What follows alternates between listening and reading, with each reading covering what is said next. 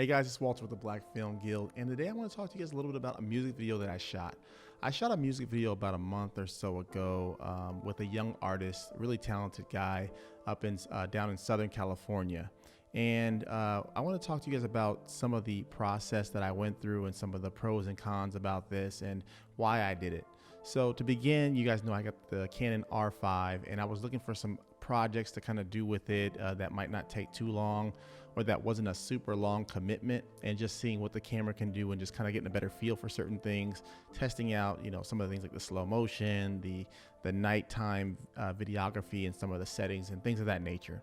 So I went down there, and if you guys have know anything about video shoots, music videos and things like that, when it is a shoestring budget or no budget at all, things tend to change very rapidly. So the first big change that we had to deal with was the location changed at the last minute. So the place that we thought where the whole kind of premise and the treatment was based on, that whole thing changed completely. So imagine that, going into that and changing that. So that was a big, the first big kind of hang up that we did. But throughout the process, the young talent, he was a very flexible, very good actor, very good stage presence.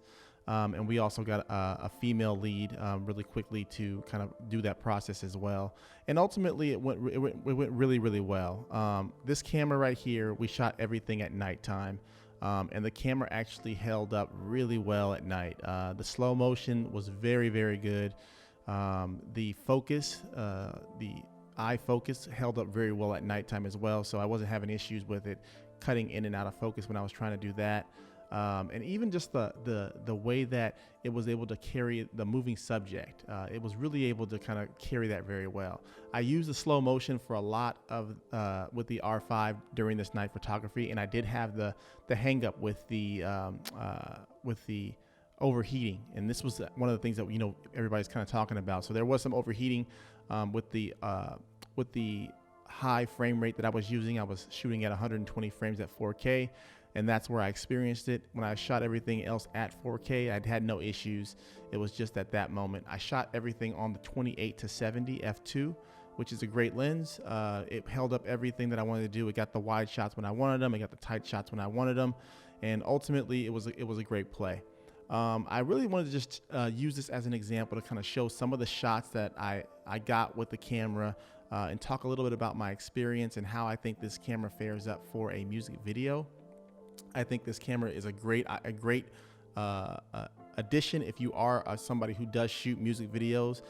The only thing that I really want to warn about is that if you are using this as your A camera or as your only camera, just understand that I would not recommend doing that, especially since there is overheating issues at the higher frame rates. As of today, there are. You know, Canon might put out some firmware updates to kind of mitigate some of those damages or some of those harms that the camera currently has, or some of those crippling things that the camera currently has at the high frame rates.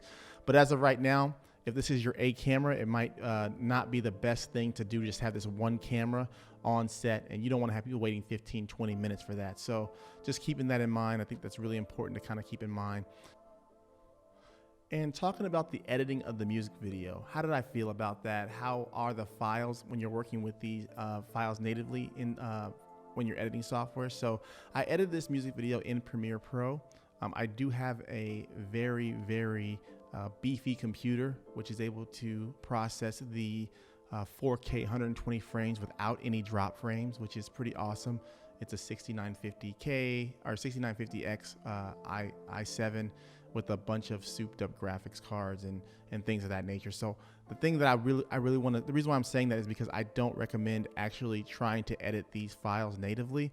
I think that it would be best to either convert these into a ProRes file, because the computer can handle it much better, or I would recommend just taking proxy files, which is these 4K files, making them 720 or 1080 files, and then editing off of those files. So I personally didn't have any issues with it, but one thing that I did do in order to just make sure that it wasn't only just my computer that was able to do it, is that I tried to edit these files on the laptop, and it literally froze everything up when I was trying to edit the 4K 120 file. So they are very intensive files. These are very high bit rate files, and I don't recommend editing these on a laptop natively.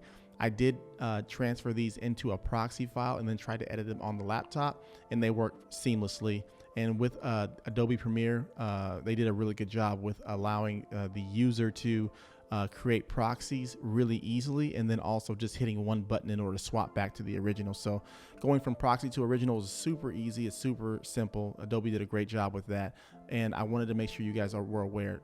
I don't recommend actually, editing these files natively on a computer. You might run into issues with that. But yeah, that's kind of all I wanted to talk to you guys about, is just my experience with this first take. And I want you guys to also take a look at the music video. Let me know your thoughts, what you think. I'm going to leave a link in the description below. Go ahead and follow out the young artist. His name is Caleb, and the song is called Love Talk. So that's all I had here. If you have any questions, please remember to leave them in the comments below. I always answer all the questions. Remember to like and subscribe, and I'll see you guys again here real soon.